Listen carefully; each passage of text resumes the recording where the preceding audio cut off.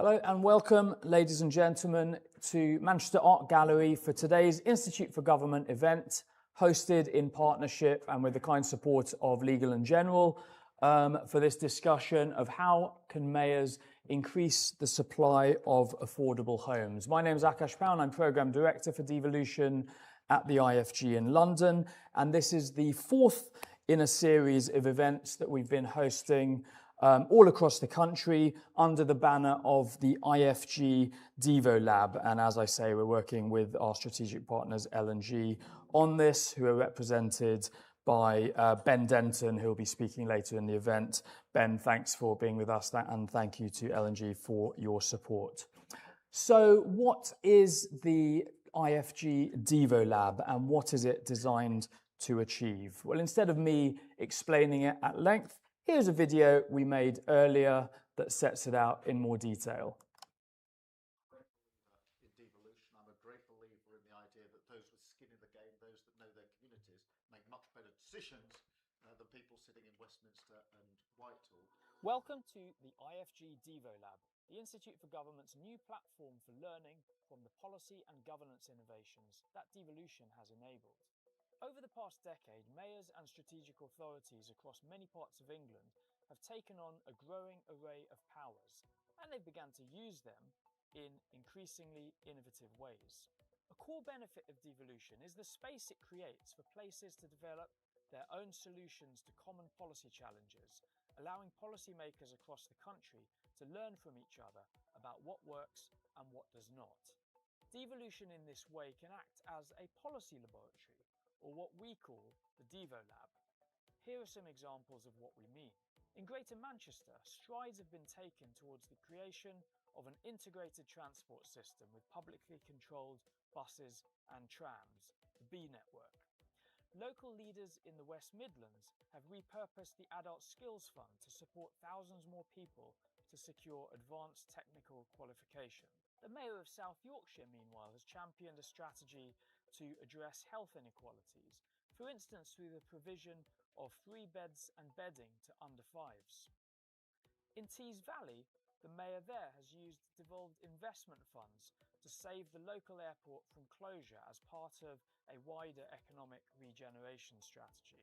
In West Yorkshire, the Mayor is using her role as Police and Crime Commissioner to lead a strategy for reducing violence against women and girls. Greater London has even longer experience of devolution, a quarter century, and it's been the testbed for policies from congestion charging on the roads to public rent-a-bike schemes. And there's also much to be learnt from policy innovations in Scotland, Wales and Northern Ireland. But how do we know what works, why it has worked, and what lessons mayors, local leaders and devolved bodies should learn from each other? Well, that's what the IfG DevoLab is for. As part of this, the Institute for Government will be hosting events, producing case studies, crunching the data and disseminating findings to help mayors and strategic authorities take better decisions about how to use their powers and budgets. So contact us with suggestions of innovative policies or governance reforms you think more people should know about, or if you'd like to work with us to make the DevoLab a reality.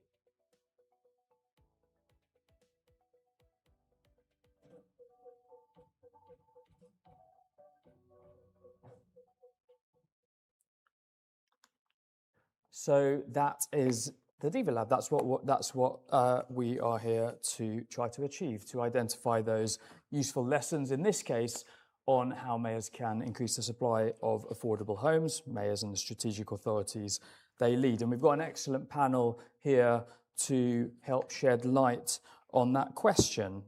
So the plan for today is we're going to hear presentations from three speakers from Greater Manchester, West of England Combined Authorities and from Homes England. Each will come to the lectern and speak for 12 minutes or so. We'll then hear from Ben from L&G's perspective. He'll give a response and share some of his own insights on what works at the devolved level in driving accelerated supply of affordable homes, which we know, of course, is a huge government priority. £39 billion has been allocated through the Social and Affordable Homes Programme, I'm sure we'll hear a lot about today, to deliver around 300,000 affordable homes over a decade. It's also clear that the government sees mayors and strategic authorities as a really crucial partner in helping the government to realise its housing and affordable homes ambitions. And we're going to be hearing from both the strategic authorities about how they've been working in partnership with local partners to make progress on this agenda, and we'll be hearing from Homes England, the government's main agency, which is of course overseeing the allocation of that big budget to accelerate the supply of affordable homes. So I'm very pleased now to bring in our speakers, starting first of all with Andrew McIntosh, who's Director of Growth and Infrastructure at Greater Manchester Combined Authority. Andrew, welcome. Thank you for being with us today. Looking forward to hearing what's working and what lessons you've learned from experience in Greater Manchester.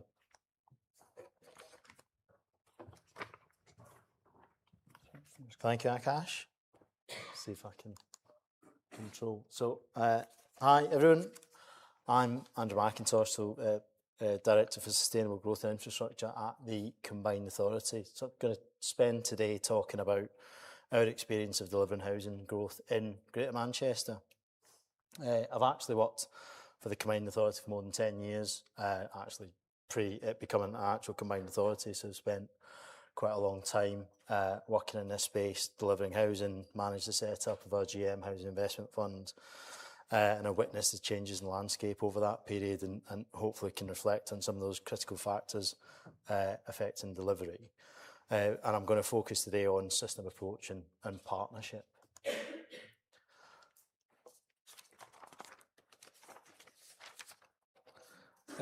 GM has actually been working collaboratively for more than 2 decades.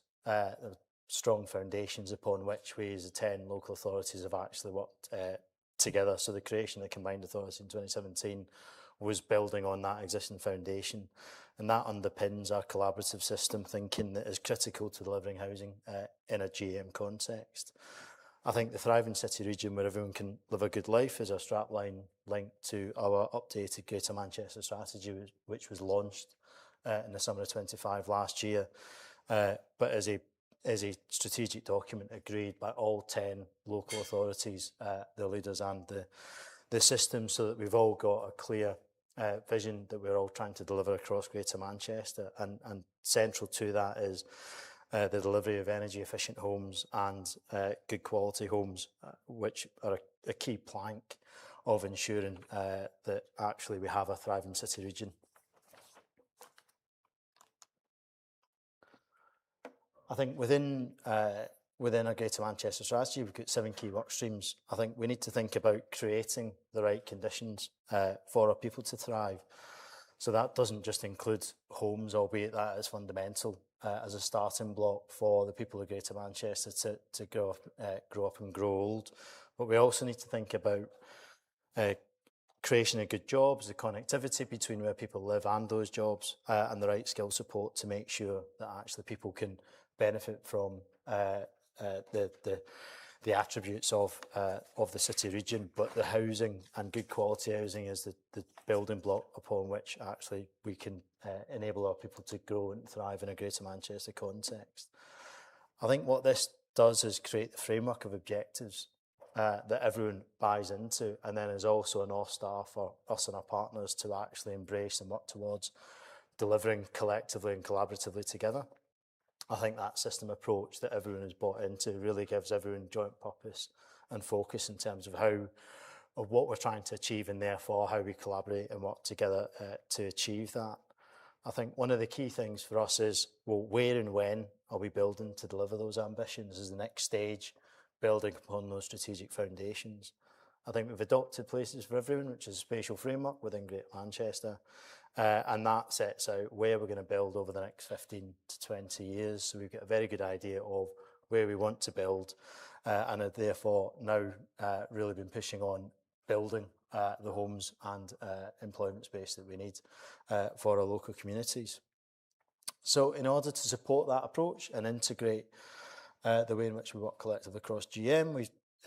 We adopt an approach around a 10-year integrated pipeline. I think there's lots of interdependencies between the different elements of what we've got to deliver across Greater Manchester. So, transport infrastructure, housing, employment, they're all interconnected in the way in which we actually need to bring them together in order to drive the greatest level of success. So actually having an integrated pipeline that enables us to analyse what do we need to build when, so that we can make sure we're well connected and that we're not building homes in isolation to employment opportunities, that we can create the ability for our residents to actually get to those employment opportunities. Akash talked about the B network. We've got control over the transport system. We can get our people from our communities to the employment opportunities. We can get them to the educational facilities so they can learn. So actually this is all about creating that integrated system across Greater Manchester and ensuring that we've got that right infrastructure so that people can actually thrive and grow in a Greater Manchester context, and that benefits our residents. I think as part of that, we need to align our own funding to support the delivery of the integrated pipeline. And one of the key challenges is we can't do everything everywhere all at the same time. So actually, part of our 10-year pipeline approach is to understand, well, what do we actually need to build when in order to achieve that vision, so that we can sequence the investment in the right way to achieve the best outcomes. But it also enables us, through the creation of a pipeline that we can share with our partners, is that it supports a partnership working, both with government, with local partners such as Greater Manchester housing providers and also Homes England, so that we can collectively all circle around a single vision of how we might want to deliver on our priorities over the next couple of years, so that we can achieve those joint objectives. So the approach that we adopt is that now that we've aligned our strategies, and there's more than just a Greater Manchester strategy, there's sub-strategies that sit beneath that in relation to things like our local transport plan, for example. But how do we actually get on and deliver, and how have we been successful to date? I think it's built on the integrated pipeline that I've just talked about, but then also ensuring that we know what's in the pipeline, we know what's going to be ready when, and then in order to have that understanding and we've got the right delivery capability to move projects forward, actually it's great having a good idea. You've actually got to get it through the development cycle and get it to the point that we can get it on site. So actually it's critical that we've got the right delivery capability, and we work with our partners, our local authorities, to make sure that, and our private sector partners, to make sure that actually everyone is bringing in that capacity and capability to move on those priority projects. And then alongside that, we've got to make sure that we've got aligned funding. Without the capital funding to actually build them, we might have great plans that are well worked up, but we're never actually going to put a spade in the ground. So it is for us around having those three key components that drives delivery in a Greater Manchester context. And I suppose the approach, this isn't a new approach for us. I think we've been working in this way for a number of years. I think we've a precursor to the integrated settlement fund I'll go on and talk about, is actually subsequent to devolved brownfield housing fund monies that we've been operating in a devolved basis for the last sort of 5 years broadly. So we're building on a strong foundation of how we work in partnership, and actually that's how we've been delivering successfully in a Greater Manchester context. As I said at the start, partnership is fundamental. We can't, with a combined authority, actually achieve anything on our own. I think I don't go out and put a spade in the ground. We're relying on a whole system across Greater Manchester in order to deliver our ambitions. I think one of the key partnerships that we've set up in relation to how we deliver affordable housing is our tripartite agreement with Greater Manchester housing providers and NHS Greater Manchester.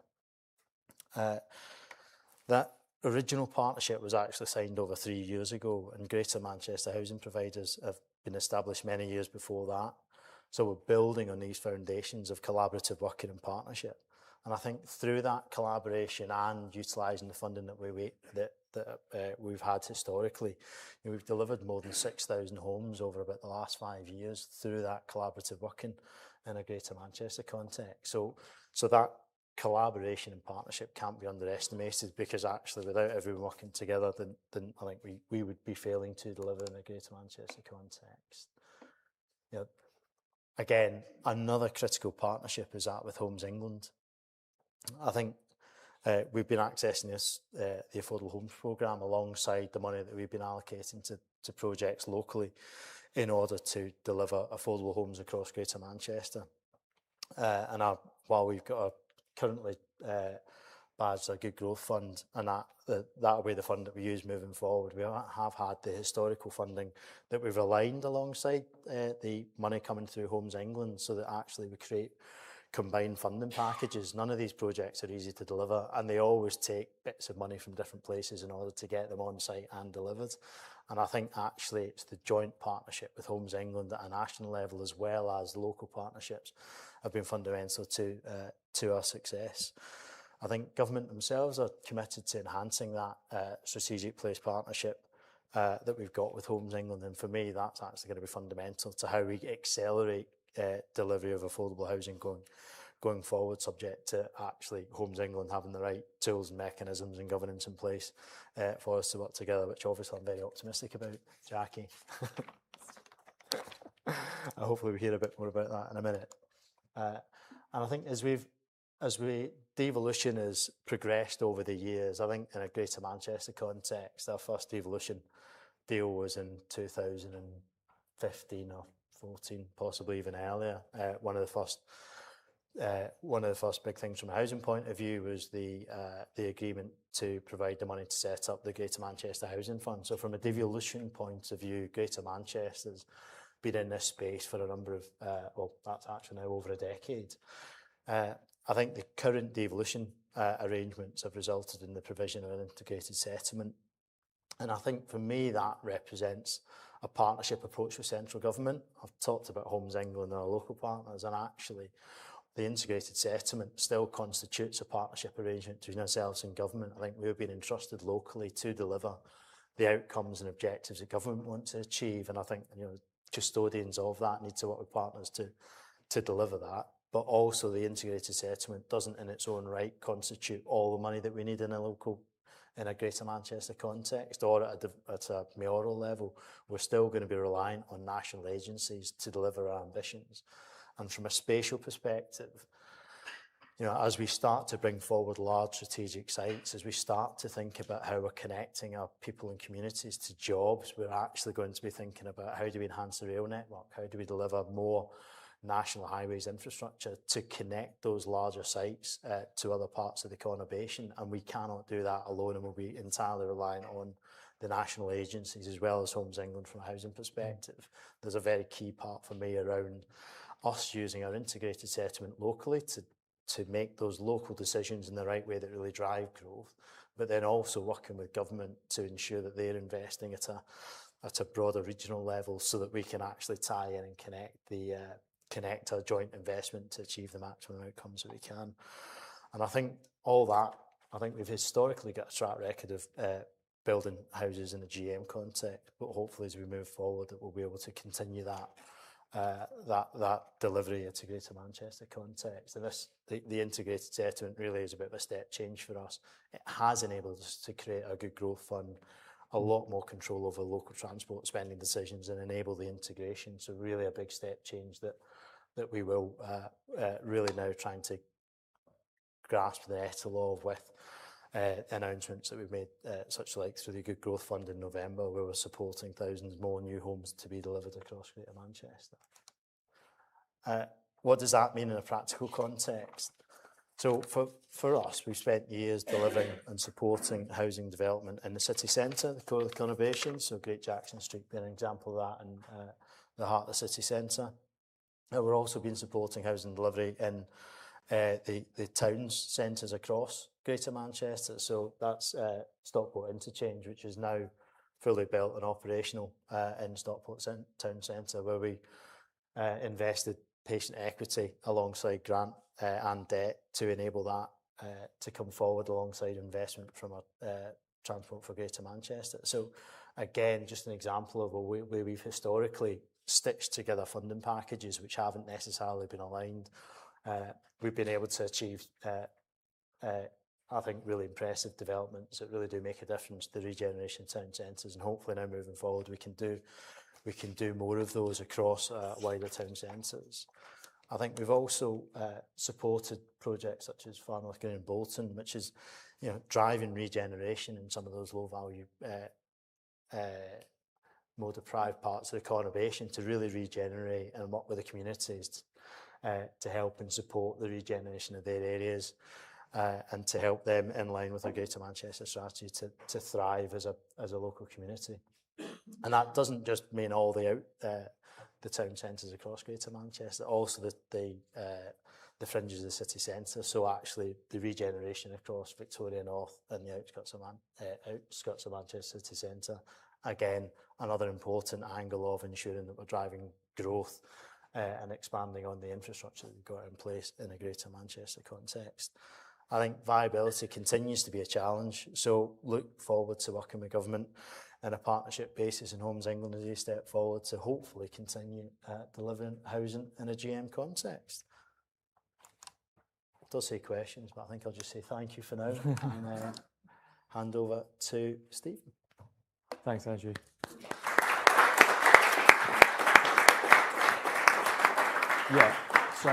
Thanks. We'll take questions for all the speakers at the end. And I'm now, delighted to introduce Stephen Peacock, Chief Executive of West of England Combined Authority. Stephen, over to you. Thanks, Akash. Hi, everybody. A lot of what you just heard will also be true for my place. The West of England, quite a bit smaller than Greater Manchester, Bristol, Bath, surrounding areas, just around 1 million people. It has many challenges, but fantastic assets and great opportunities. Housing costs are around 9 times average earnings.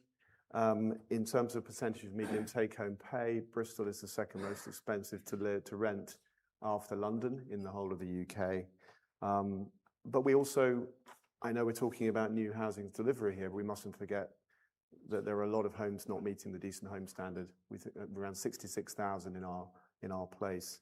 One of the things about working in a mayoral combined authority is you get to look at how these policy arms join together. And recently we published our Child Poverty Action Plan. There are over 2,000 children in our region living in temporary accommodation. 66,000 are living in poverty, growing up in poverty. So everything we do here has to be seen in a broader context. And the devolution agenda is very much something that allows us to take that bigger picture, with housing very much obviously at a core. The other challenges we face, high costs of remediation.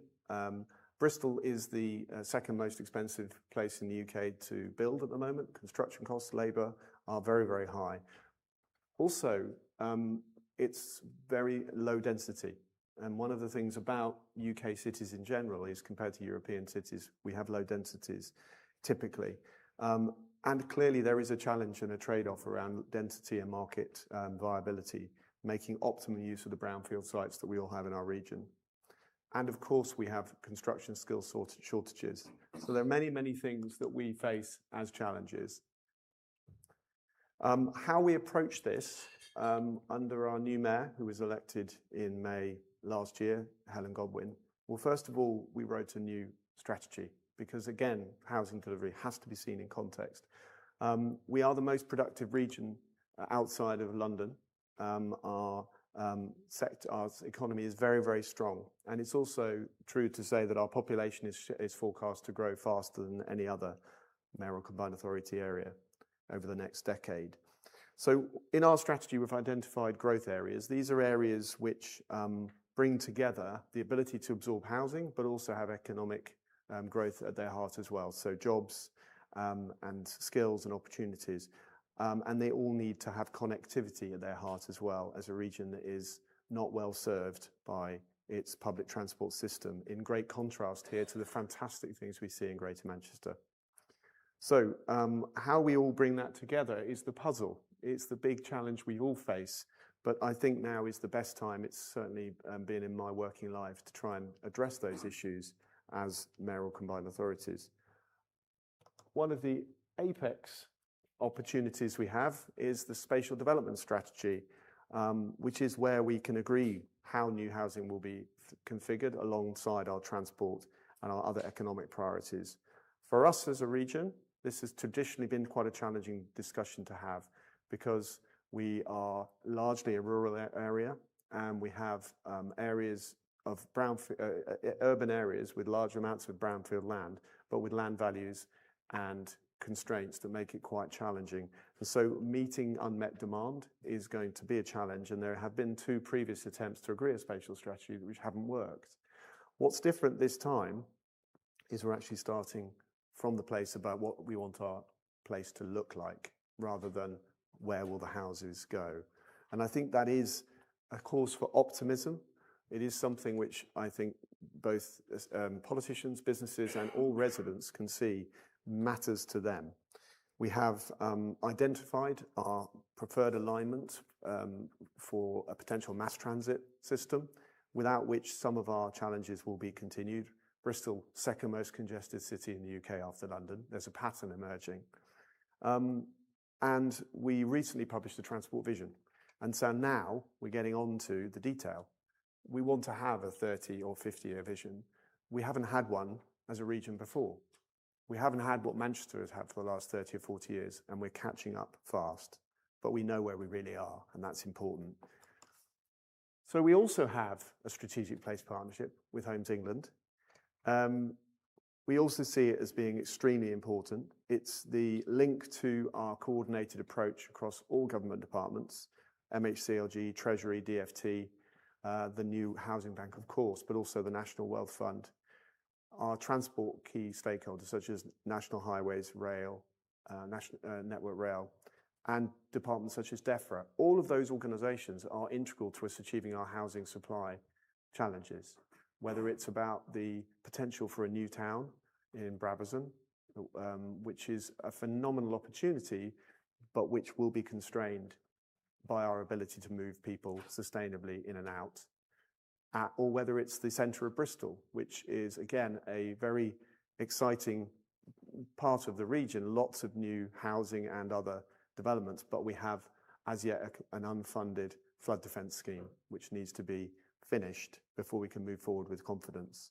So all of these things are linked, and they all link into the need to have a clear pipeline of housing development, which is a challenge in a region that hasn't traditionally had the ability to pull this stuff together. My organisation is relatively young. Until recently, we did not have a dedicated place directorate. That's the contrast, I think, which is interesting today, perhaps for some of you. But we are working fast and we're working hard. And there have been some successes over the last few years. We've done a number of schemes with Homes England in particular that have unlocked significant housing growth. But I want to focus in on one of them in particular that is a very, very big and ambitious programme. It's going to be a 20 to 30 year programme, but it, I think, exemplifies some of the opportunities and the challenges, and that's Bristol Temple Quarter. So right next to Bristol Temple Mead Station, up to 10,000 homes, a brand new university campus. The University of Bristol opening its enterprise campus this autumn, a huge station redevelopment. And what's very interesting about Bristol Temple Quarter is it's also surrounded by some areas of very high deprivation right next to a very wealthy city. And so it's a real opportunity to put into practice the principles of inclusive growth. Our housing delivery, as I've said, in a place like Bristol can't keep up with the demand. With 50 or 52,000 people, a population growing by that much in the next 10 years, we need to do something to address this affordability crisis. There is a real alignment politically and locally that Bristol Temple Quarter offers the best opportunity for Bristol to try and make something that really works for people, addresses the housing crisis, and particularly works for all of our communities. It's backed locally, regionally, and nationally. It's a limited liability partnership with the Combined Authority, Bristol City Council, I was formerly Chief Exec there, and Homes England. And so it really enjoys a lot of support and interest, both locally and nationally. It's 135 hectares. To put it into context, it's pretty big, as I say. If you look at the blobs on the screen there, the two in my patch are the two left-hand ones. So I mentioned Brabazon. That's a site that was the former Filton airfield to the north of Bristol. which is now owned by YTL, the Malaysian business, and they have very ambitious plans there, and that we hope could be a potential new town. And that plus Bristol Temple Quarter do provide, I think, a sense of the scale of our ambition here. Those are also going to be connected by our new mass transit system. So when you put those two things together and you realise that Brabazon, located in South Gloucestershire, if South Gloucestershire were a London borough, it would be the 6th most productive London borough. It's a highly productive, high-growing part of the country. What we need is infrastructure to unlock private sector investment. So there has been progress, a lot of progress. A lot of it's sort of unglamorous progress, if you like. You know, public sector procurement, agreeing master plan terms of reference, building an LLP, which is now fully constituted. But our master plans are in development for phase 1, which is the first thing that people will see. We recently appointed Muse as our private sector partner, and they are getting underway now with making sure that phase 1 really delivers, and that's going to start to make things really happen fast. Phase 2 is the geographically more exciting in the sense because it's very, very big. It's a part of the region that has low density industrial use, St Philip's Marsh. We have the idea of producing a supplementary planning document by the summer to provide some guidance and a framework for developers and planners.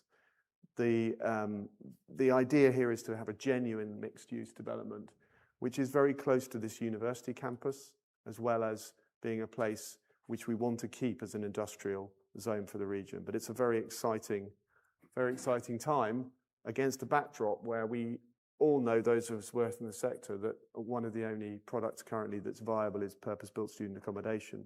And Bristol is just about the worst served part of the country when it comes to student accommodation.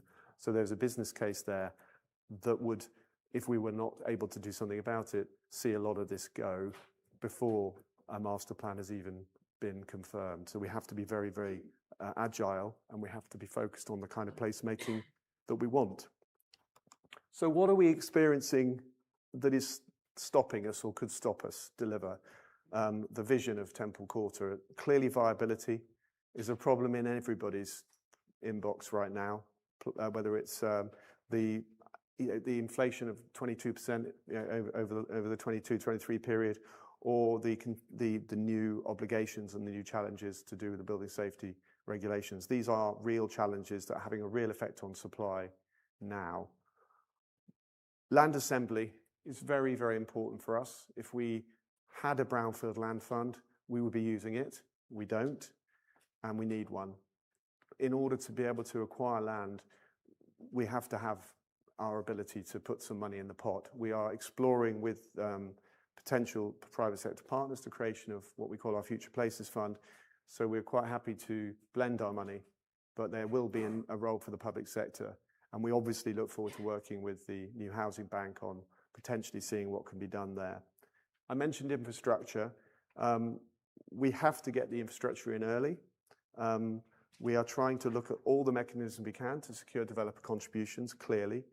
Developers are being asked to do an awful lot on lots of fronts, and that will have an effect on investor confidence unless we can put the right mix of funded infrastructure investment into this at the right time. We are, however, coming from a position of being able to show that we've done something. We built an entrance to a station that links into the new Enterprise campus. We built it 2 years before the Enterprise campus was going to open, which is quite unusual possibly these days. We did it through real partnership working. We took the opportunity to use a rail possession window. So we worked with Network Rail. We were able to save the taxpayer money, and we were able to lay down that infrastructure by forward funding it through our own borrowing. And that basically has paid dividends because that station entrance will be opened in the autumn when the university campus opens. And so this is really important because this is psychology. This is a city that needs to see change happen. And just as we all feel it when we come to Manchester these days, people will start to believe change is possible when they see it on the ground. And so we really want to continue the pace of what people see being different at Bristol Temple Quarter. So what have we learned? Well, we need to continue to do this for years, and we need to make sure there's certainty of funding and a policy certainty as well. Some of our challenges at the outset were not knowing when we'd be able to get the funding. We were really glad when we got our funding from Homes England, which allowed us to unlock those station entrances. But it was an ad hoc process, and I really think the programmatic approach has to be the way to go. We need to, as I say, we need to put more focus on the upfront infrastructure investment that we need to do to attract the private sector. In our region, we know that there is market demand. We know there's market demand for office space. Yes, the market for residential is challenging right now, but in the long run, we believe Bristol is still regarded as a great place to invest. We need to lay down the tracks before the private sector can come in and do its bit. We obviously need to continue to master plan. We need to focus hard, and we need to use the planning powers such as we already have to ensure that the right kind of place is what we end up with. We need to look at land assembly more seriously. We need to be able to actually acquire land. There are 61 different land interests in St Philip's Marsh. We need to do something about that. Mayoral development corporations and DevCos more generally are being talked about a lot at the moment. Our approach to that is to be very pragmatic, and if it works to secure investor confidence, we would, as a region, consider any such opportunity. It's all about the ambition and achieving the goal. Partnerships are essential. Some of this stuff is fragile, more fragile than you would believe if you weren't inside this kind of business. Building trust in each other and feeling that something is doable and staying with it takes time, and it takes confidence, and self-confidence is something that grows over time, and our region is learning self-confidence. So partnerships, governance, and I think a role for devolution to continue to be an enabler. The role of mayors and mayoral combined authorities are changing. I've just mentioned the power to create mayoral development corporations. That will, I think, be something used by most, if not all, mayors in future, because it is providing that clarity that I think the market needs, and I think everybody needs to see these projects through. Strategic planning powers are coming to those mayors that do not have them, subject to the passage of the bill, but that's certainly in there, and the right, along with the right to request further powers that mayors, I fully expect, will wish to use. The ability to borrow, the ability to hold land, the ability to do deals is something I believe we need to get better at. The capacity and the capability to actually turn a prospective pipeline into a real investable pipeline can only really happen at local or regional level. I think people accept the premise of that argument, but we need to continue to follow through in terms of making sure people have the tools to do the job. And for my region, well, we know where we are. We are a young organisation, a young region in the context of devolution catching up. There's a humility in what we bring to this, but we ourselves want to get to established authority status and achieve the integrated settlement Andrew was talking about. It's not nirvana, I don't think, but it's certainly for us a step in the right direction. So really looking forward to taking any questions. Thank you.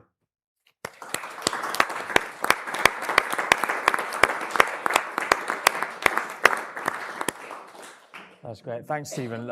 Lots of common themes, I think, across the two presentations, but two regions obviously in different positions in other respects. So yeah, really look forward to the conversation. Before I introduce our final speaker, just to say, in particular to our online audience, if you have questions you want to put to the panel, there should be a on-screen function to submit those, and I'll be fed those through this tablet. So a couple come through already, and then obviously people in the room think about questions you want to put in person to our speakers as well.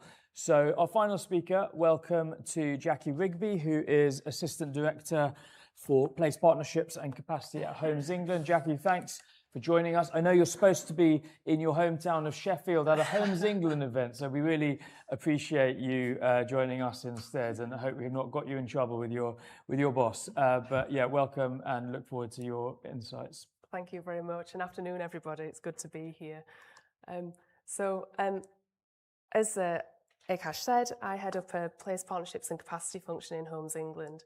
And essentially what I've been doing is working with both government and the agency over recent years to make sure that we have more of a place-based approach. So as a national agency, we have national programmes that we deliver, but we've recognised that need to be able to bring those programmes together, think much more about what we're doing to deliver in a place so we can better respond to devolution, local leaders and local priorities as well. For those of you unfamiliar with Homes England, I'm sure most people know who we are. We are the government's housing and regeneration agency. We're responsible for circa £46 billion worth of investment to deliver homes and regeneration projects across the country outside of London. London has its own arrangements, but we do actually deliver some projects there as well. For the purpose of this session, I just want to draw your attention to our strategic objectives. So we launched a new strategic plan in December last year.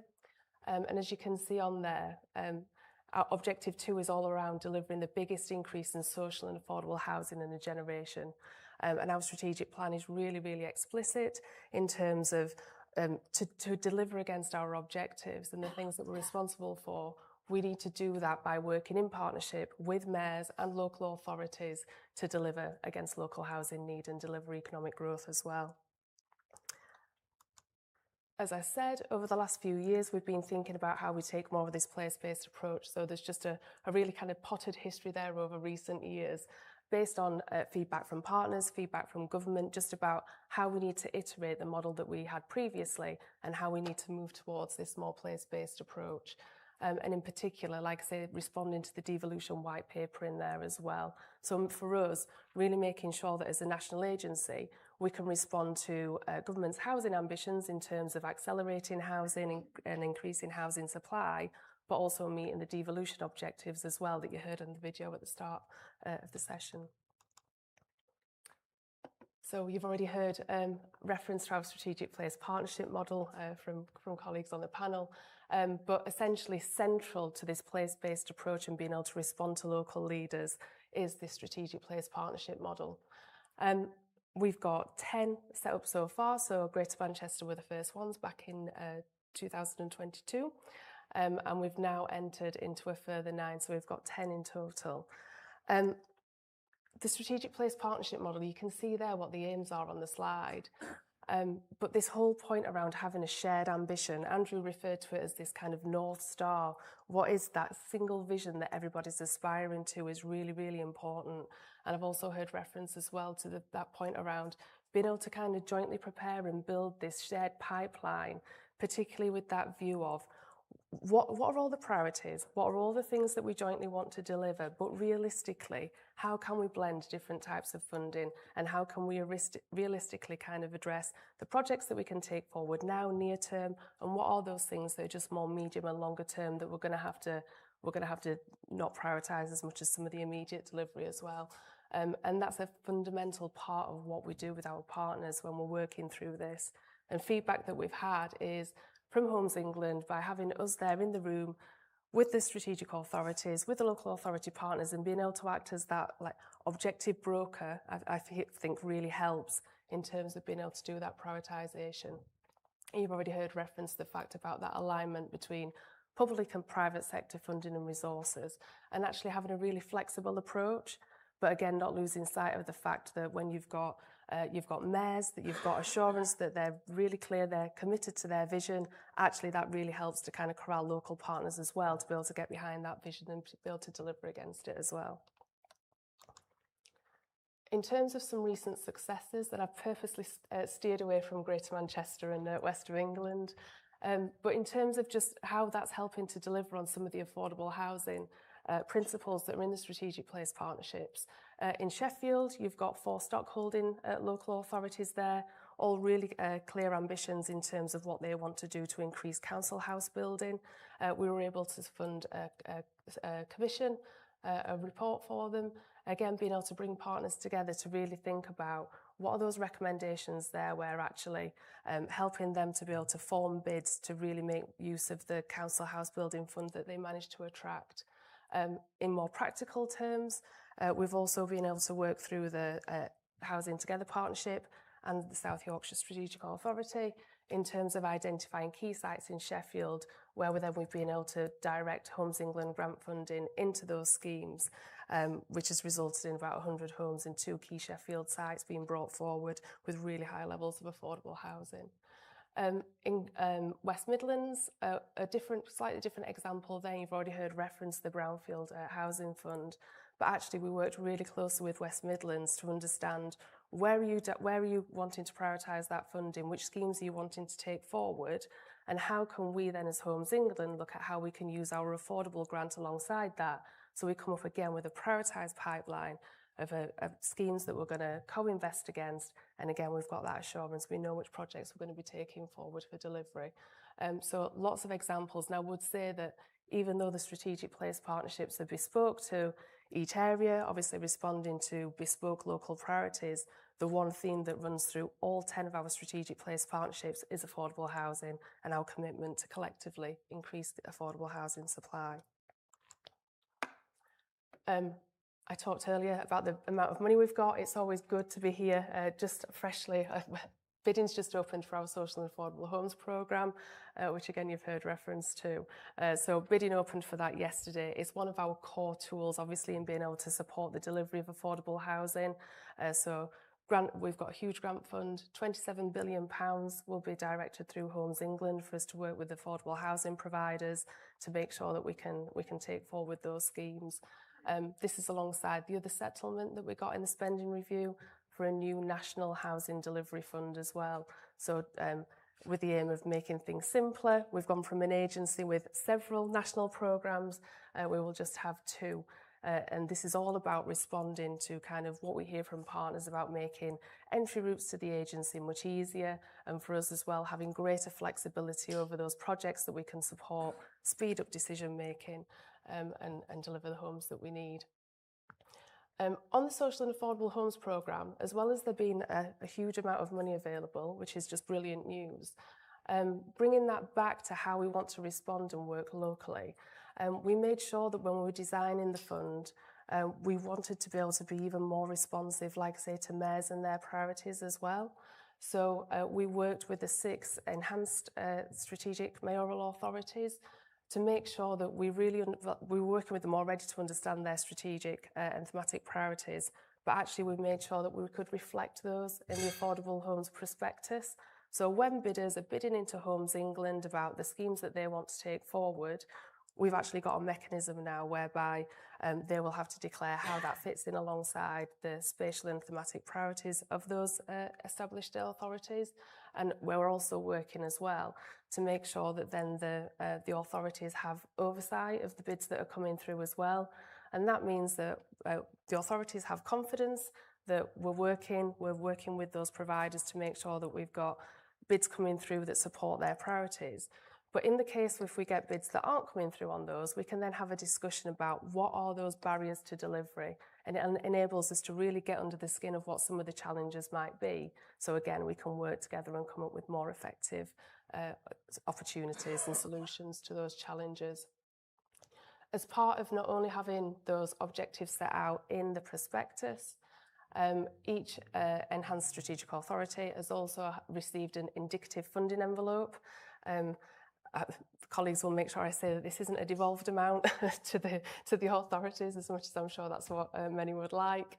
But what this is based on is typical investment levels across those areas, where we're saying that is a minimum that we would expect to see invested in those areas again through this new programme, and hopefully drive a little bit of a healthy competition, as I'm sure the authorities are wanting to work with providers to bring bids through to make sure that they're exceeding those initial allocations that have been set. And again, working through the Strategic Place Partnership as that overarching framework and model for Homes England, making sure that we've got that regular reporting on affordable housing as well, and we're able to report back against those priorities. It's part of our new ways of working. So what's next? So we've got a lot going on. And from the 1st of April, Homes England will be moving towards a regional operating model. You may have seen some things in the press around this already. We've made a series of senior appointments, which is fantastic news. And the whole premise is, although we've had people based in regions already, we've got regional offices across the country, this is about really kind of enhancing that and making sure that we're bringing colleagues together from across the agency. So we've got real multidisciplinary teams that are able to respond, be much more fleet of foot in response to our local partners and what they want, the propositions that they're bringing forward as well. And like I say, with those new kind of regional executive directors as well, meaning that with much more kind of empowerment within the regions as well. And again, this is a bit around kind of lessons learned from, we know that some of the feedback from partners has been that sometimes it can feel like there are multiple touch points within the agency to try and get decisions. By making sure that everything's streamlined through the new regional teams, through the strategic place partnership model, that should make things easier. Of course, not everything's regional, and all of the regional teams will be supported by some national teams that will continue to exist in the agency, and the new Technical Capacity and Coordination Hub, which is actually where I will sit from the start of the new financial year. And that means that actually, as well as having these multidisciplinary teams in the regions, we've then got a national team of real technical specialists that we can deploy to support project proposals as they come forward. And then alongside that, we'll also have the National Housing Bank, which will launch in April as well. So the bank will be fully integrated, fully part of the agency, but what it will have is its own independence in terms of being able to take decisions. So usually when we're trying to develop some of our kind of equity loan guarantee proposals, a lot of the time we have to go back through MHCLG, through Treasury to get those decisions. But actually by setting up the bank and making sure that we've got really effective governance around that, it means that we can do a lot of that decision making in-house, which should speed up the decisions that we need to take. And I would say as well, just part of one of the products that the bank has, particularly in response to affordable housing, is there will be low interest loans available to providers of affordable housing that they can use alongside the grant funding that we have available as well. So as it says there, and we've already said, our strategic place partnership will continue to be that primary route for bringing all of the agencies' tools and expertise together. We are looking to see how we can enhance that model. Yeah, we're here. We're continuing to work with our the mayors and their teams and our local partners, and we're ready to go from the 1st of April. Thank you.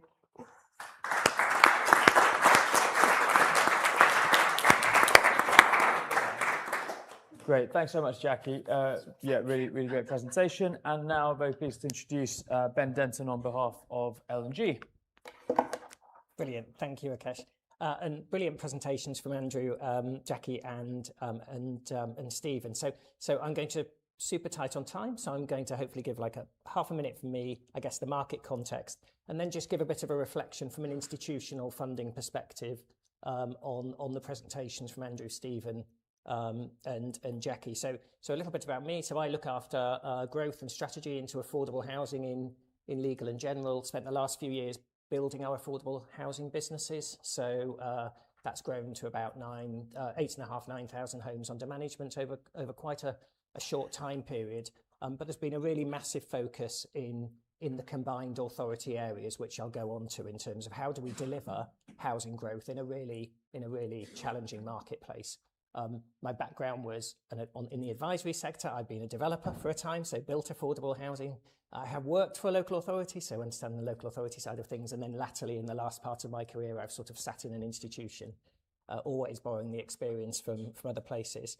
So as Andrew said, the real challenge in the marketplace is viability. You know, how do we deliver more housing when it's really difficult to make schemes stack up? So that's because build costs have gone up, the cost of operating homes has gone up, rents haven't gone up as much, and the design and standards that we need to deliver homes to are much more challenging today than they were in the past. That said, we have the new Social and Affordable Housing Grant Programme, which I think has been really realistic in terms of how the grant numbers are coming together to help drive viability. And I do think always viability is a here and now issue. You know, costs are high today. I hope over time the balance between costs and values will become more balanced. And GMCO is doing some great work on patient investment, which sort of looks at if things are difficult to fund today, then actually how do you capture value back to the state in the future, which is really, really important. So just a few reflections on the presentations that we've had today. I think the first thing from Andrew's perspective is really interesting is setting. So we are, from an affordable housing perspective, we're doing quite a lot of work with the combined authority and the local authorities in Greater Manchester, and we see that as part of L&G's role in sitting in the local ecosystem to deliver growth. So what was really interesting in Andrew's presentation is there's a really clear plan for Greater Manchester, and affordable housing is at the centre of the new plan that's been created. I think secondly, as Andrew talked about the Greater Manchester Housing Providers Partnership, so the 22 housing associations that are part of Greater Manchester, L&G became part of that partnership. That partnership came together and said, hey, if we've got to build 3,000 affordable homes a year, how much capacity, financial capacity and skills do we actually have to deliver those 3,000 homes a year? And they said, well, we probably... Oh, sorry.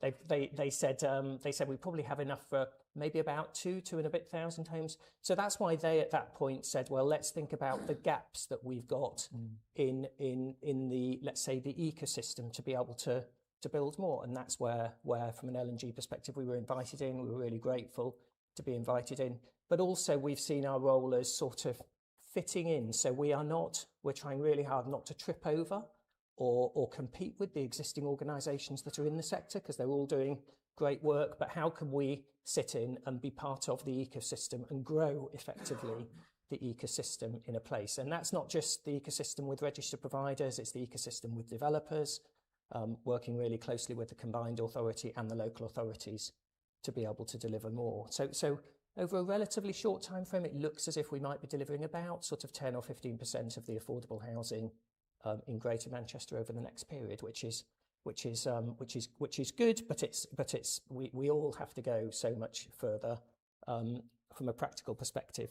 And then final point for me, if I could just pick up from Jackie's perspective, a really important point about how we all prioritise. So we live in a very complicated world. It's very easy to get distracted. I get distracted constantly, every single minute of the day.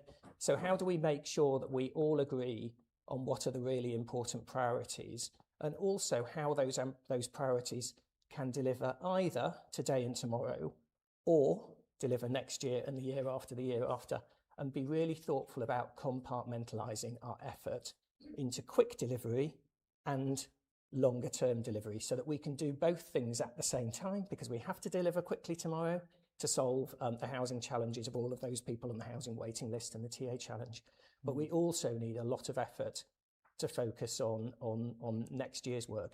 And that all comes back to how we create really productive, collaborative partnerships that work at pace. So because through pace, that breeds success, and through breeding success, more activity will flow into an area to grow a market and solve the problems that we have. So hopefully that's super helpful. Thank you. Terrific. Thanks, Ben.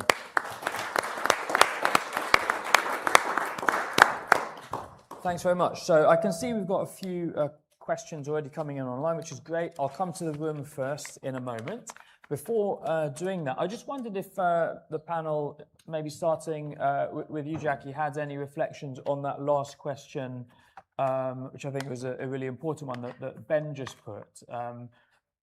You're, for example, working on at least a 10-year time horizon with the Social and Affordable Homes programme. Combined authorities have long-term plans, but how do we decide on prioritisation and sequencing, and what are the things that, you really have to try and take immediate action on? How's Homes England think about that sort of challenge? Yeah, it's a real balance that we're trying to strike at the moment between, there's a real emphasis, isn't there, in terms of accelerating housing supply, making sure particularly that we see houses coming to fruition within this Parliament period. But like you say, also kind of not taking our eye off the ball and making sure that we are looking at where we need to invest for the medium and long term, particularly meeting some of the government's ambitions around new towns, for example, that are going to be longer in terms of gestation to get those homes delivered. I think in terms of working locally and working in partnership, a big part of that is about addressing those immediate kind of locally identified priorities and thinking about the funding that is available then to bring that together so that we can think about, like we say, what's today and tomorrow and what can we do in the longer term as well. But yeah, it's a constant juggling act, I think, for all of us, thinking about how we make sure we don't just deliver for now and we are thinking about what's going to come downstream. Stephen, do you have any reflections on that same Well, question? obviously, the here and now is, in our case, for example, the number of stalled sites that there are in our place. We think 16,000 was the last number I had in my mind, and there are kind of some really critical issues that are not just to do with housing, but also to do with the place we want. Where if we don't find a solution, then parts of our cities and towns are going to look pretty ropey. If developers are going to have to sit on a site, having not really got the wherewithal to go and renegotiate, which most of them are going to have to do. So I do think the here and now is keep things moving or get them moving. The medium and long term is where most of our focus is, because we're into that shaping, and that's where I think we can add most value. But we can't ignore the problem with viability today. Yeah, absolutely. I mean, Andrew, you spoke already in your presentation actually about sequencing, and obviously you've got that long-term strategy and are making progress already. I mean, the thing I actually, so if you have further reflections on that, interested in those. The other thing I wanted to come back to you on was the integrated settlement, which you spoke about. I mean, how is that already enabling, or to what extent is that already enabling you to think in that more joined up and at least medium-term way? I mean, you've now got the guaranteed funding for a spending review period across a bunch of core devolved functions. So how transformational is that proving? And I suppose for places including West of England, which might be hoping to get their hands on an integrated settlement over the coming years, what are the lessons you'd share from that? So I suppose a few bits to unpack in that. I suppose getting delivery today is critically important. We've got a housing crisis that's not going to be solved if we're not actually getting schemes on site. I think I've talked a lot about partnerships. I've not talked about the partnerships that we have with our developers. Actually, the people that are trying to contract, how do we help and support them?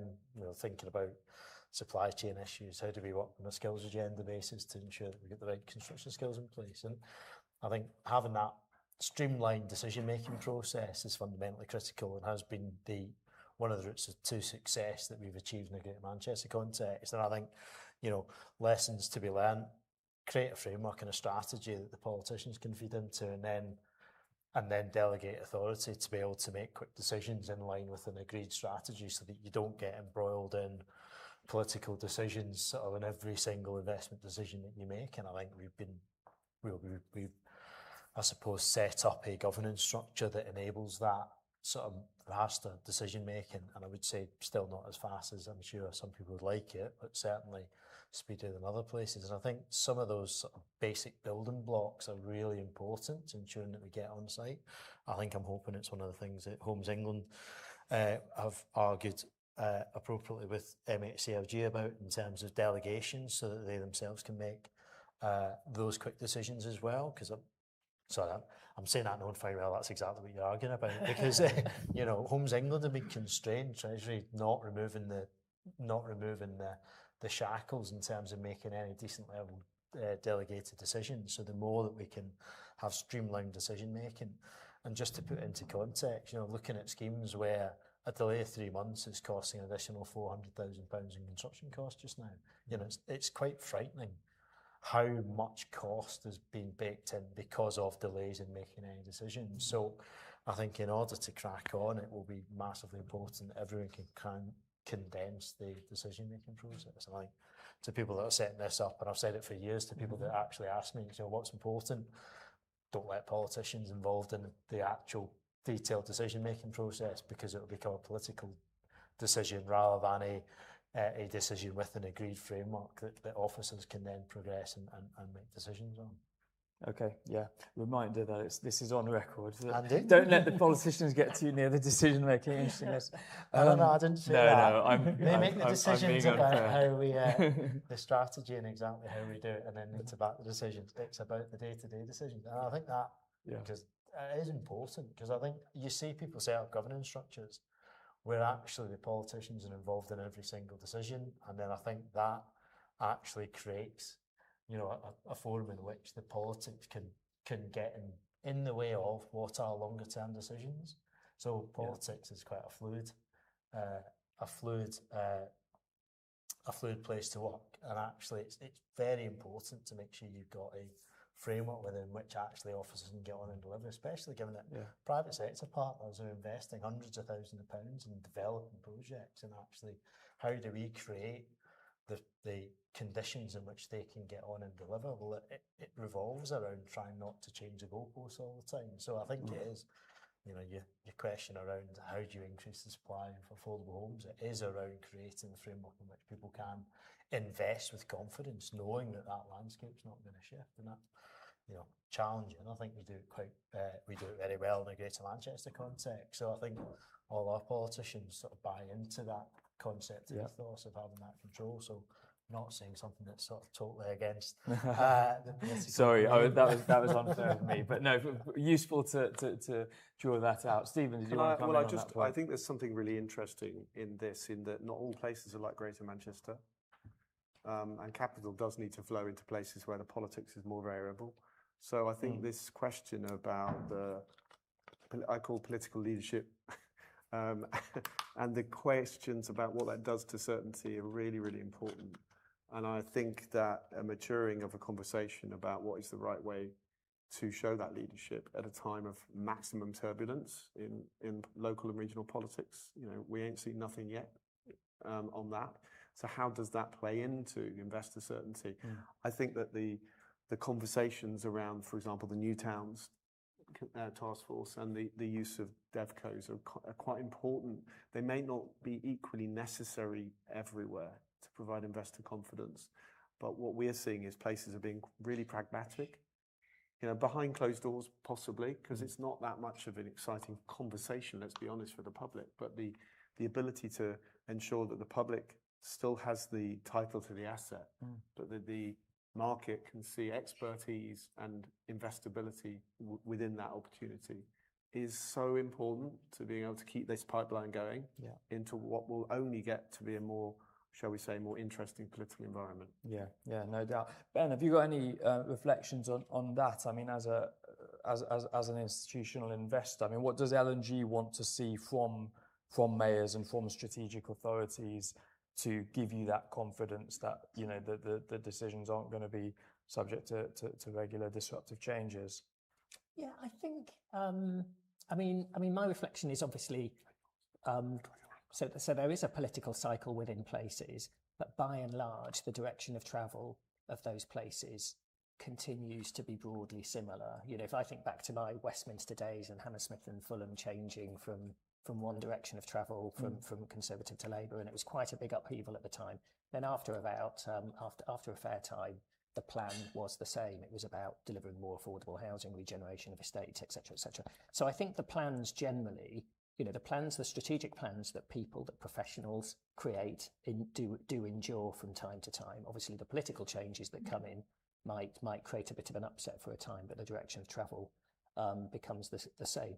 I do think when I look at where relationships, let's say with organisations like us and places work, let's say most productively, because this is all about how productive can we be? How can we turn a conversation into an affordable home, and then a customer moves in and they get great customer service? You know, it's this point about sort of productivity, and I think certainly my current role, it's when organisations like us, like L&G, are held to account by the senior leadership of places. So for example, we're doing a lot with you. Andrew holds me to account all the time whenever I turn up, as some other people do when I'm in Manchester. It's exactly the same in the West Midlands. You know, we know every time we go on a telephone call, there's going to be, this is what we agreed we were going to do. Where are you on that plan? How well have you done? And that permeates all the way through from the chief exec of our business and the mayor or the chief exec of the combined authority into the organisation. So it creates a level of collective accountability in the organisation, so that when we get up in the morning, we go, actually, are we on top of or ahead of the conversations in that place? And it just drives productivity and purpose, because we all know what we're there to do, and therefore the outcomes are more likely to happen than let's say in a place where there's less, where that decisive accountability hasn't necessarily been intentionally expressed. Sorry, those are long words, but hopefully that makes sense. Yeah, great, thank you. Okay, let's come to people in the room then. So I know the gentleman in the front has been waiting to come in. We'll take, if there are a few others, we'll take 3 questions as a group, and then the panel can pick and choose. So, okay, then we'll go to gentleman here and then the lady behind in this round, please. And do say who you are and keep the question short if possible. Thanks. Charlie Winstanley. I used to be the political advisor to Paul Dennett, who's the housing portfolio lead at Greater Manchester. But no, I was really interested in, so I think Greater Manchester is very interesting in that we've obviously done very well in terms of housing supply, but also our housing prices have probably accelerated in Greater Manchester more so than anywhere in the country outside of London. So I think it's a good example of how it's not a simple supply and demand question, and particularly when you link your housing building programme with an economic programme which is about increasing those productive sectors. Actually increasing the supply in certain ways, certain types of tenures, certain types of buildings can actually accelerate house prices even more so. So really interested in some of the stuff which you were saying there, Ben, in terms of L&G's role, because I know L&G, for example, have been looking into a lot more patient investment, long-term investment programs and interested in social housing. But to my mind, the best way to balance your house building, productive economic growth and supply issues is with social housing, and social housing creates embedded long-term areas of affordability in particular areas. So really interested, because, sorry, I'll quickly wrap up. The social house build, the business model for social housing is basically broken in terms of the level of grants, the amount of subsidy required. So really interested to hear from yourselves, and particularly Homes England, in terms of what's being done at the moment to try and fix that level of grant required to make social housing actually stack up. Because at the moment, on the unit for unit, if you purely borrow to build social housing, you never pay off the cost of borrowing. You'll never actually get out of it on the basis of current social rents. So there needs to be some kind of financial mechanism around that. And also really interested as well in terms of affordable homes grant related to that. One of the big problems which I always found in the Northwest and in general is that the way that the Treasury through the Green Book appraisal calculates the distribution of affordable homes grant actually skews grant towards the most overheated housing markets. To the expense of actually areas where there is less growth. It follows basically where the existing patterns of growth are and where the existing housing prices have increased the most. So I also wondered if there's any talk at the moment linked into this model of fixing social housing to try and fix the distribution of affordable homes funding as well. Good. Okay, very good question. We'll come back to a group of questions. Yes. Thanks. I'm Oliver from GMCA. Stephen, I'm just curious. How will the possible expansion of the West of England CA to North Somerset impact your kind of home building and other regeneration ambitions? That's it. Good, interesting and brief. That's good. Yeah, and the lady back there. Thank you. Hi, Rachel Brisley from Ipsos Manchester. This was sort of highlighted a couple of times, but just really a question about environmental sustainable as well as affordable homes and the sort of challenges with that. Obviously, you have to bring in a bit of Ipsos polling data that the public are very much in support of more affordable housing, but also very concerned about environmental impacts. Thank you. Thanks very much. Okay, cool. So 3 or at least 3 questions there. So if you just want to pick the ones that are more directly targeted at you or relevant to you. Do you want to go first? One? Yeah, please go for it. So from a social housing perspective, I mean, certainly at the moment, I guess, from an L&G perspective, I think about 80% of what we build is social rented housing at the moment, obviously driven by the grant programme. Because social rents are lower, grant levels are slightly higher, but they're not, they might be 15-20% above affordable, let's say affordable rent grant level. So I think the point about it's just slightly higher grant levels because the rents are lower. So that's our reflection. I think the interesting thing comes back to, I mean, Andrew talked about this before. The growth of Manchester was growth to start with, and now, as you say, it's back into good growth.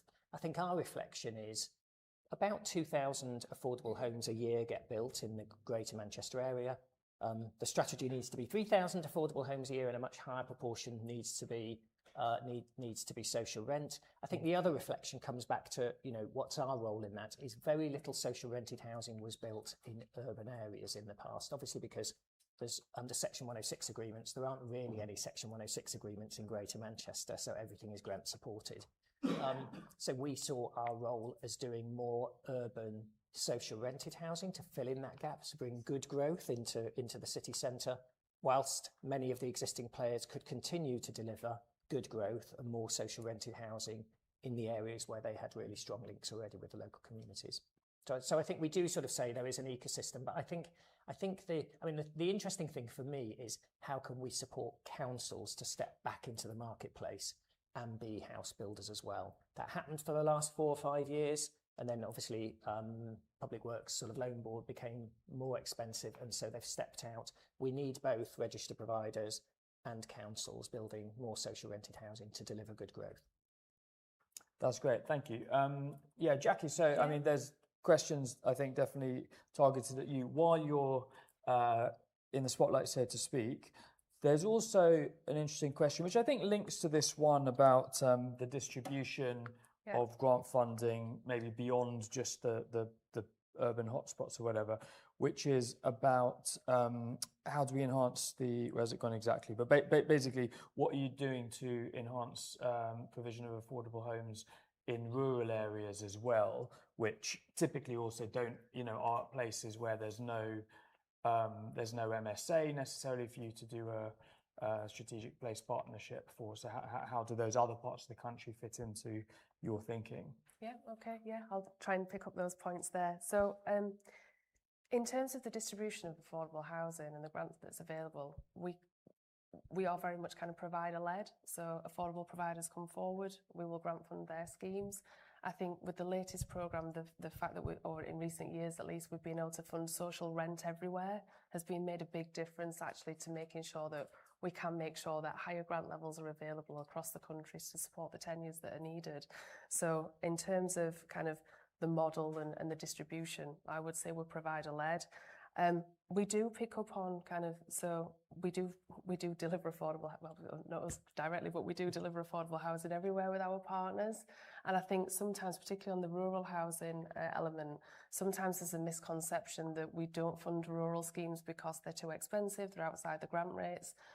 Actually, as an agency, there are very few bids that we actually turn down. We work in a way with our providers, with our local partners, to always try and come up with the right grant solution for those projects. And we've seen quite a number of particularly rural affordable schemes delivered, as well as homes across the big kind of cities, towns, etc. I'm not going to comment on the model and whether government have got that right or wrong for obvious reasons. But as an agency, I mean, we've got a huge amount of money there. We've now got 10 years certainty across that programme, meaning we can work really effectively with our providers. They've got confidence and assurance when they're doing their business cases, they're doing their business plans. So I'm really hopeful that actually we will see a lot of schemes coming forward across the country and hopefully address some of the distribution issues that you've raised. Thanks.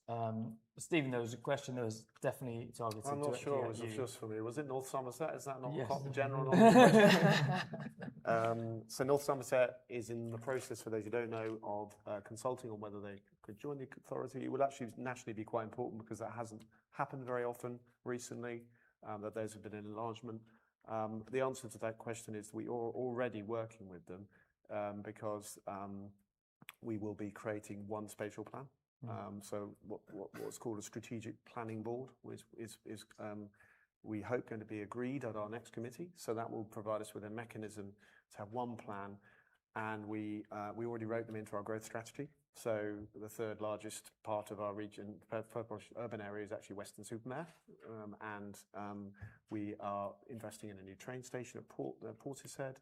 We have our Bristol Airport is in North Somerset, and half of the half-ish of the Port of Bristol is in North Somerset. So housing, transport, you name it, we're working hand in glove with them. Great. And I think the question that maybe no one's picked up on, if you have thoughts on, was where sustainability fits in as well. So sustainable as well as affordable homes. One other question from online I was going to throw into the mix is about, which I think connects to that, is about housing quality. So the question put by someone anonymous, do affordable homes, or I think does the focus on affordable homes end up reducing the quality and indeed size of homes? The UK has the lowest quality and size of housing in Europe, according to this person.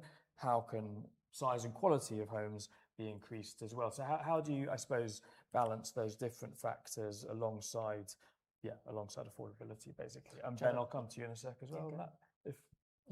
I mean, simple answer in a Greater Manchester context is sustainability is heart of the GMS, and Homes England, as they've published the Social Full Homes programme, there's a page that sets out what is the target objectives for each of the mayoral city regions. Within our page, energy efficient homes is actually one of the target objectives we're trying to achieve, which translates effectively into Homes England, hopefully, will be able to bridge the gap that might be introduced by the extra cost of energy efficiency in delivering homes.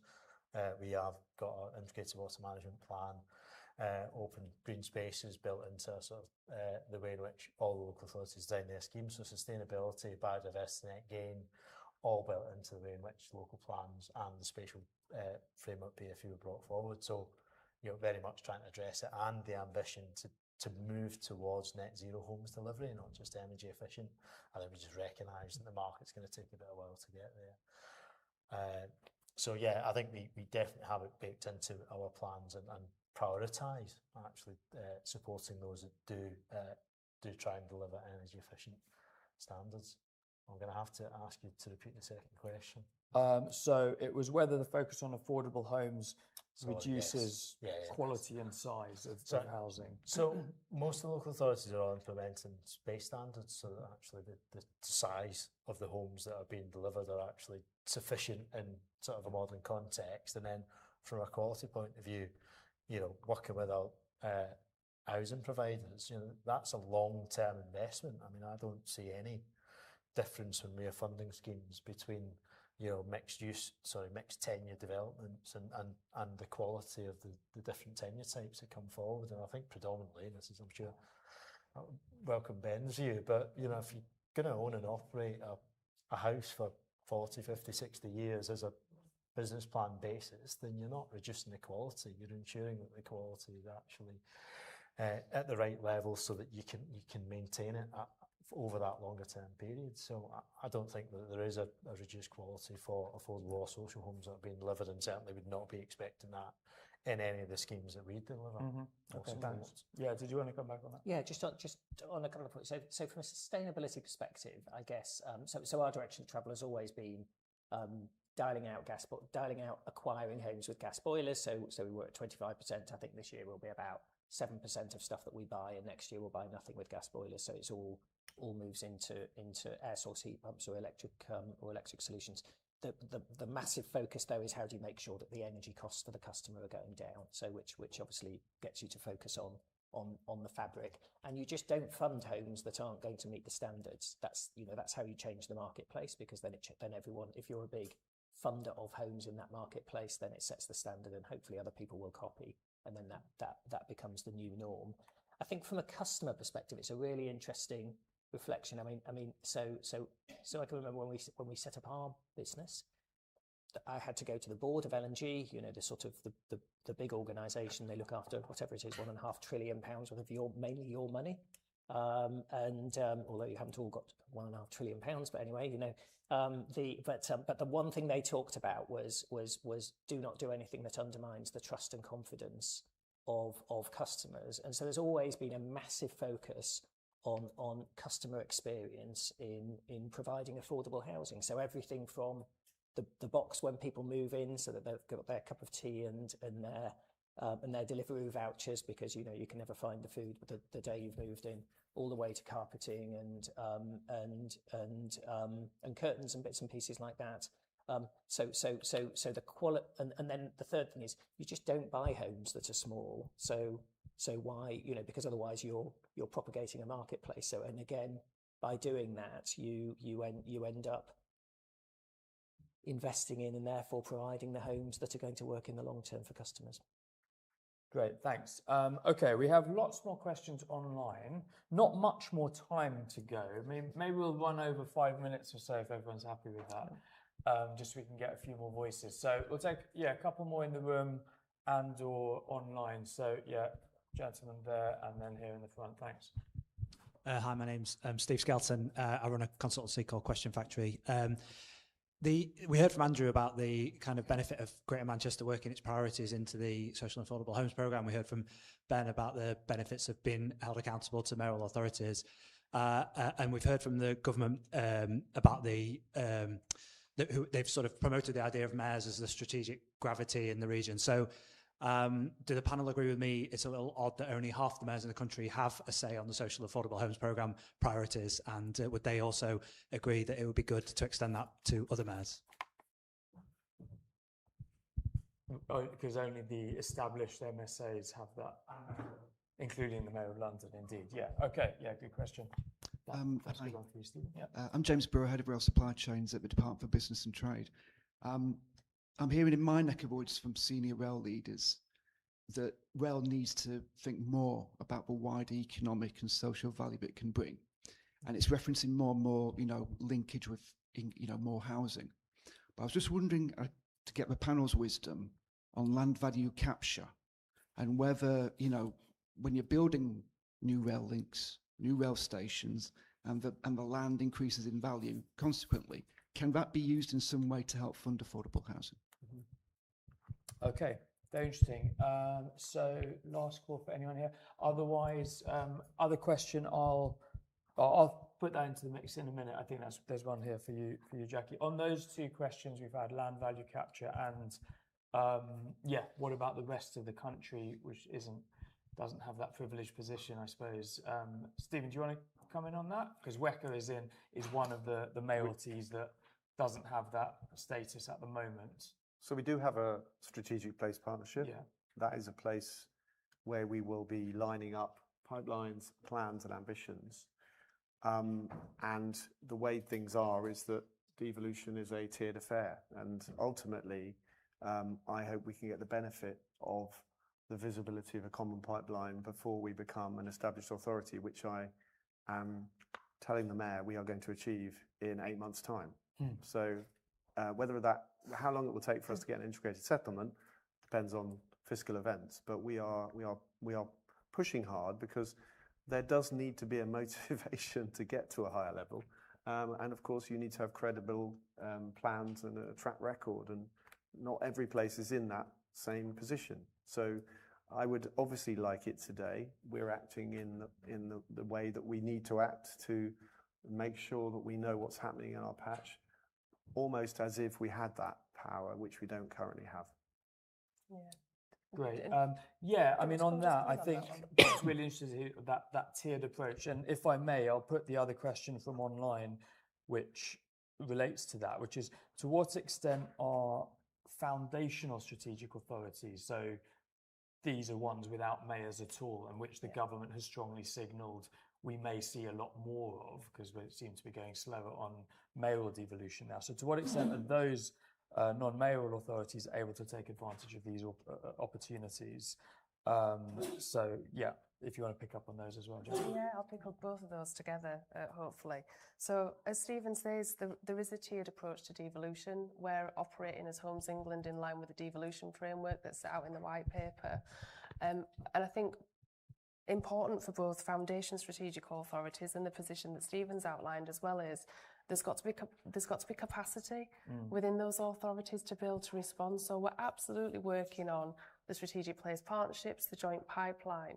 But Andrew will probably agree that there's a lot of work that's going into the model for the established authorities and just how that's going to work in terms of that further level of, and Andrew flashed it up on screen, in terms of like the new governance that we're implementing, the data share and everything else.